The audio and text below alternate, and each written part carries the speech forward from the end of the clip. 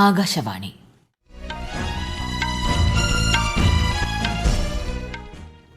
നമസ്കാരം.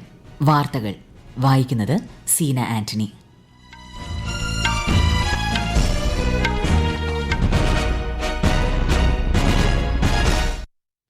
പ്രധാന വാർത്തകൾ. പദ്ധതി നിർവഹണത്തിലെ കാലതാമസത്തിന് കാരണം ചെലവുകൾ വർദ്ധിക്കുന്നതും അവശ്യ സേവനങ്ങളുടെ ലഭ്യത കുറവുമാണെന്ന് പ്രധാനമന്ത്രി നരേന്ദ്രമോദി. ചൈനയിൽ നടക്കുന്ന ഷാങ്ഹായ് പ്രതിരോധ മന്ത്രിമാരുടെ യോഗത്തിൽ രാജ്യരക്ഷാമന്ത്രി രാജ്നാഥ് സിംഗ് ഇന്ന് പങ്കെടുക്കും. ഇന്ന് അന്താരാഷ്ട്ര ലഹരി വിരുദ്ധ ദിനം. ലഹരിക്കെതിരെയുള്ള സംസ്ഥാന സർക്കാരിന്റെ നോ ടു ഡ്രഗ്സ് ക്യാമ്പയിന്റെ 5ാം ഘട്ടത്തിന് ഇന്ന് തുടക്കം. കേരളത്തിൽ മഴ ശക്തം. വയനാട്, മലപ്പുറം, ഇടുക്കി ജില്ലകളിൽ ഓറഞ്ച് ജാഗ്രത. കേരളം, കർണാടക, ലക്ഷദ്വീപ് തീരങ്ങളിൽ മത്സ്യബന്ധനത്തിന് വിലക്ക്. അന്താരാഷ്ട്ര ബഹിരാകാശ നിലയത്തിൽ ആക്സിയം 4 ദൌത്യത്തിന്റെ ഡോക്കിംഗ് ഇന്ന് ഉച്ചയ്ക്ക് ശേഷം. അണ്ടർ 17 ഏഷ്യൻ ഗുസ്തി ചാമ്പ്യൻഷിപ്പിൽ ഇന്ത്യൻ വനിതകൾക്ക് കിരീടം. വാർത്തകൾ വിശദമായി. പദ്ധതി നിർവഹണത്തിലെ കാലതാമസത്തിന് കാരണം ചെലവുകൾ വർദ്ധിക്കുന്നതും അവശ്യ സേവനങ്ങളുടെ ലഭ്യത കുറവുമാണെന്ന് പ്രധാനമന്ത്രി നരേന്ദ്രമോദി.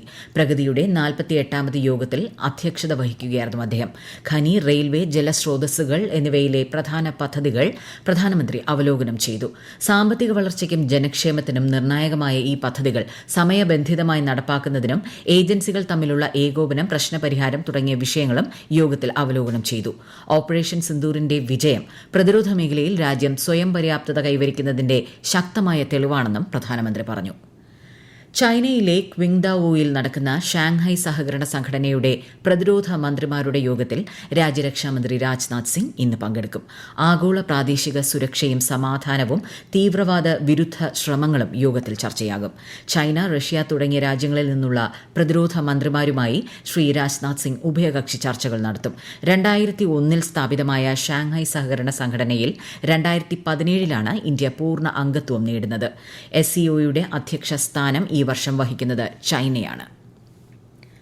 പുനെ മെട്രോ റെയിൽ പദ്ധതി 2ാം ഘട്ട വികസനത്തിനൊരുങ്ങി കേന്ദ്ര സർക്കാർ. 3626 കോടി രൂപ ചെലവിൽ പദ്ധതി നടപ്പാക്കാൻ ഇന്നലെ നടന്ന കേന്ദ്ര മന്ത്രിസഭാ യോഗത്തിൽ തീരുമാനിച്ചതായി കേന്ദ്രമന്ത്രി അശ്വിനി വൈഷ്ണവ് അറിയിച്ചു.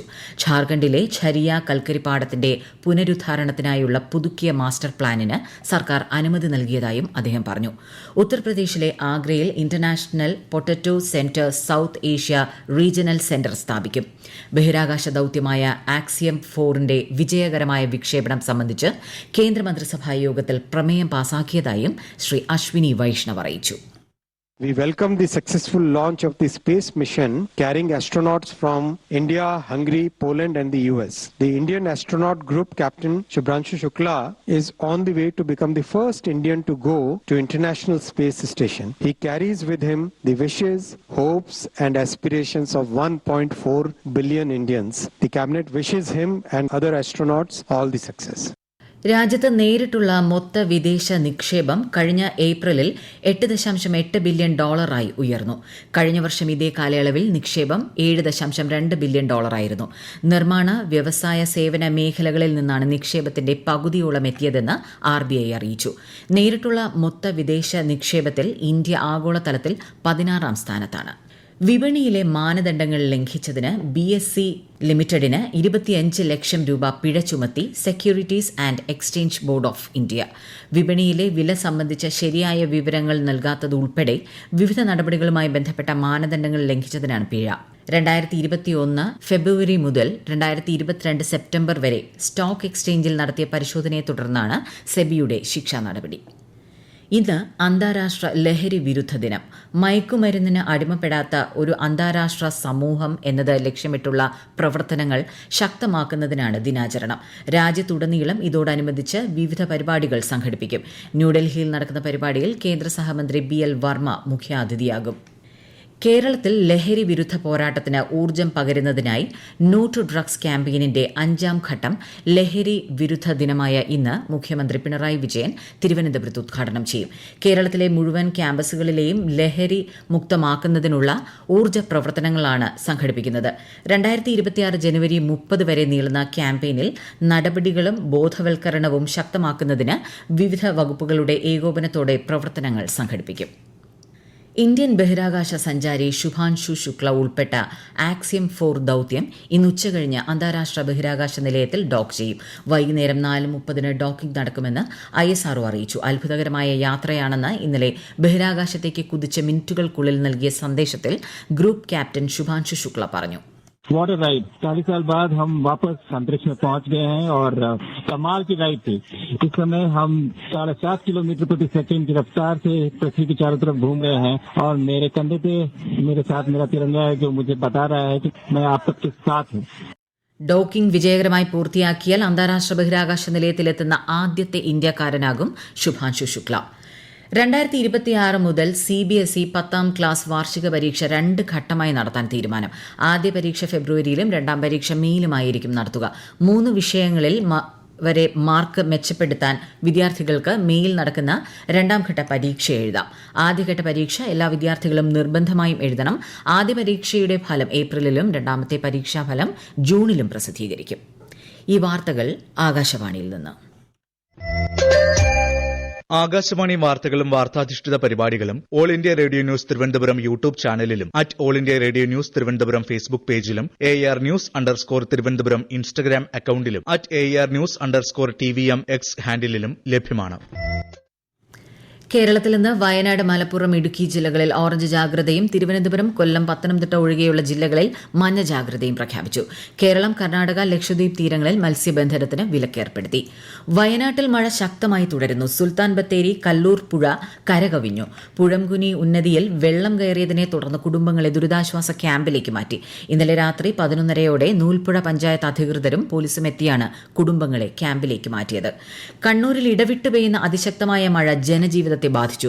കർണാടക വനമേഖലയിൽ ഉരുൾപൊട്ടലുണ്ടായതായി സംശയം. കൂട്ടുപുഴ ഭാഗത്ത് പുഴകളിൽ ജലനിരപ്പ് ഉയർന്നു. വിശദാംശങ്ങളുമായി ആകാശവാണി കണ്ണൂർ ജില്ലാ പ്രതിനിധി KO ശശിധരൻ. ഇരിട്ടി അയ്യങ്കുന്ന് പാനത്തും കടവിൽ ബാരാപ്പോൾ ജലവൈദ്യുത പദ്ധതിയുടെ ഭാഗമായി നിർമ്മിച്ച കനാൽ കവിഞ്ഞൊഴുകി 4 വീടുകളിലേക്ക് വെള്ളം കയറി. കർണാടക വനമേഖലയിൽ ഉരുൾപൊട്ടലുള്ളതായി സംശയിക്കുന്നു. ഇതേ തുടർന്ന് കൂട്ടുപുഴ ഭാഗത്തെ പുഴയിലെ ജലനിരപ്പ് ക്രമാതീതമായി വർദ്ധിച്ചിരിക്കുകയാണ്. പഴശ്ശി ഡാമിന്റെ ഷട്ടറുകൾ ഏതു സമയവും ക്രമീകരിക്കേണ്ടി വരുന്നതിനാൽ വളപട്ടണം പുഴയുടെ ഇരുകരകളിലും താമസിക്കുന്നവർ ജാഗ്രത പാലിക്കണം. ഡാമിന്റെ 16 ഷട്ടറുകളിൽ 13 ഇപ്പോൾ തുറന്നിട്ടുണ്ട്. ഇടുക്കിയിലും മഴ ശക്തി പ്രാപിച്ചു. കൊച്ചി ധനുഷ്കോടി ദേശീയപാതയിൽ മൂന്നാർ ഗ്യാപ് റോഡിൽ രാത്രികാല ഗതാഗതം പൂർണ്ണമായും നിരോധിച്ചു. ഈ റോഡിന്റെ വശങ്ങളിലുള്ള പാർക്കിംഗും നിരോധിച്ചിട്ടുണ്ട്. ജലവിനോദങ്ങൾ, മലയോര മേഖലകളിലെ സാഹസിക വിനോദങ്ങൾ തുടങ്ങിയവയ്ക്ക് പൂർണ്ണ നിരോധനം ഏർപ്പെടുത്തി. അതേസമയം ജലനിരപ്പ് ഉയർന്നതിനെ തുടർന്ന് ഇടുക്കി ജില്ലയിലെ ലോവർ പെരിയാർ, കല്ലാർകുട്ടി, പൊന്മുടി, മലങ്കര എന്നീ അണക്കെട്ടുകൾ തുറന്നു. മുതിരപ്പുഴയാറിന്റെയും തൊടുപുഴ, മൂവാറ്റുപുഴ ആറുകളുടെയും ഇരുകരകളിലും താമസിക്കുന്നവർ ജാഗ്രത പാലിക്കണം. അതിതീവ്ര മഴയെ തുടർന്ന് ഇന്ന് ഇടുക്കി, വയനാട്, തൃശൂർ ജില്ലകളിൽ പ്രൊഫഷണൽ കോളേജുകൾ ഉൾപ്പെടെയുള്ള വിദ്യാഭ്യാസ സ്ഥാപനങ്ങൾക്ക് അവധിയാണ്. എറണാകുളം, കോതമംഗലം താലൂക്ക്, കണ്ണൂർ, ഇരിട്ടി താലൂക്ക് എന്നിവിടങ്ങളിലും വിദ്യാഭ്യാസ സ്ഥാപനങ്ങൾക്ക് അവധി നൽകിയിട്ടുണ്ട്. മുൻകൂട്ടി നിശ്ചയിച്ച പരീക്ഷകൾക്ക് മാറ്റമില്ല. കേരളം, ഗൾഫ്, ലക്ഷദ്വീപ് മേഖലയിൽ വിവിധ കേന്ദ്രങ്ങളിൽ നടക്കുന്ന higher secondary, vocational higher secondary, improvement പരീക്ഷകൾക്കും മാറ്റമുണ്ടാകില്ല എന്ന് പൊതുവിദ്യാഭ്യാസ ഡയറക്ടർ അറിയിച്ചു. വിയറ്റ്നാമിൽ നടന്ന അണ്ടർ 17 ഏഷ്യൻ ഗുസ്തി ചാമ്പ്യൻഷിപ്പിൽ ഇന്ത്യൻ വനിതകൾ ജേതാക്കളായി. വിവിധ വിഭാഗങ്ങളിൽ ഇന്ത്യയുടെ വനിതാ ടീം ആധിപത്യം പുലർത്തി. 5 സ്വർണം, 3 വെള്ളി, 2 വെങ്കലം നേടി 215 പോയിന്റുമായാണ് ഇന്ത്യ കിരീടം നേടിയത്. കോൺഗ്രസ് MP ശശി തരൂർ റഷ്യൻ വിദേശകാര്യ മന്ത്രി സർജി ലാവ്റോവുമായി മോസ്കോയിൽ കൂടിക്കാഴ്ച നടത്തി. വിദേശകാര്യ പാർലമെന്ററി സ്റ്റാൻഡിംഗ് കമ്മിറ്റിയുടെ അധ്യക്ഷനായ അദ്ദേഹം UN-ലെ മുൻ റഷ്യൻ അംബാസിഡർ ആൻഡ്രേ ഡെനിസേവിനെയും സന്ദർശിച്ചു. അമർനാഥ് യാത്രയ്ക്ക് മുന്നോടിയായി ബെൽത്തൽ ബേസ് ക്യാമ്പിൽ ഇന്നലെ മോക്ക് ഡ്രിൽ നടത്തി. ജമ്മുകശ്മീർ പോലീസ്, ദേശീയ സംസ്ഥാന ദുരന്ത നിവാരണ സേനകൾ, CRPF തുടങ്ങിയവ സംയുക്തമായാണ് മോക്ക് ഡ്രിൽ സംഘടിപ്പിച്ചത്. അടുത്ത മാസം 3-ന് ആരംഭിക്കുന്ന അമർനാഥ് യാത്ര ഓഗസ്റ്റ് 9-ന് രക്ഷാബന്ധൻ ദിവസം സമാപിക്കും. പ്രധാന വാർത്തകൾ വീണ്ടും. പദ്ധതി നിർവഹണത്തിലെ കാലതാമസത്തിന് കാരണം ചെലവുകൾ വർദ്ധിക്കുന്നതും അവശ്യ സേവനങ്ങളുടെ ലഭ്യത കുറവുമാണെന്ന് പ്രധാനമന്ത്രി നരേന്ദ്രമോദി. ചൈനയിൽ നടക്കുന്ന ഷാങ്ഹായ് പ്രതിരോധ മന്ത്രിമാരുടെ യോഗത്തിൽ രാജ്യരക്ഷാമന്ത്രി രാജ്നാഥ് സിംഗ് ഇന്ന് പങ്കെടുക്കും. ഇന്ന് അന്താരാഷ്ട്ര ലഹരി വിരുദ്ധ ദിനം. ലഹരിക്കെതിരെയുള്ള സംസ്ഥാന സർക്കാരിന്റെ നോ ടു ഡ്രഗ്സ് ക്യാമ്പയിനിന്റെ 5ാം ഘട്ടത്തിന് ഇന്ന് തുടക്കം. കേരളത്തിൽ മഴ ശക്തം. വയനാട്, മലപ്പുറം, ഇടുക്കി ജില്ലകളിൽ ഓറഞ്ച് ജാഗ്രത. കേരളം, കർണാടക, ലക്ഷദ്വീപ് തീരങ്ങളിൽ മത്സ്യബന്ധനത്തിന് വിലക്ക്. അന്താരാഷ്ട്ര ബഹിരാകാശ നിലയത്തിൽ ആക്സിയം 4 ദൌത്യത്തിന്റെ ഡോക്കിംഗ് ഇന്ന് ഉച്ചയ്ക്ക് ശേഷം. അണ്ടർ 17 ഏഷ്യൻ ഗുസ്തി ചാമ്പ്യൻഷിപ്പിൽ ഇന്ത്യൻ വനിതകൾക്ക് കിരീടം. വാർത്തകൾ കഴിഞ്ഞു. അടുത്ത വാർത്താ പ്രക്ഷേപണം ഉച്ചയ്ക്ക് 12:30.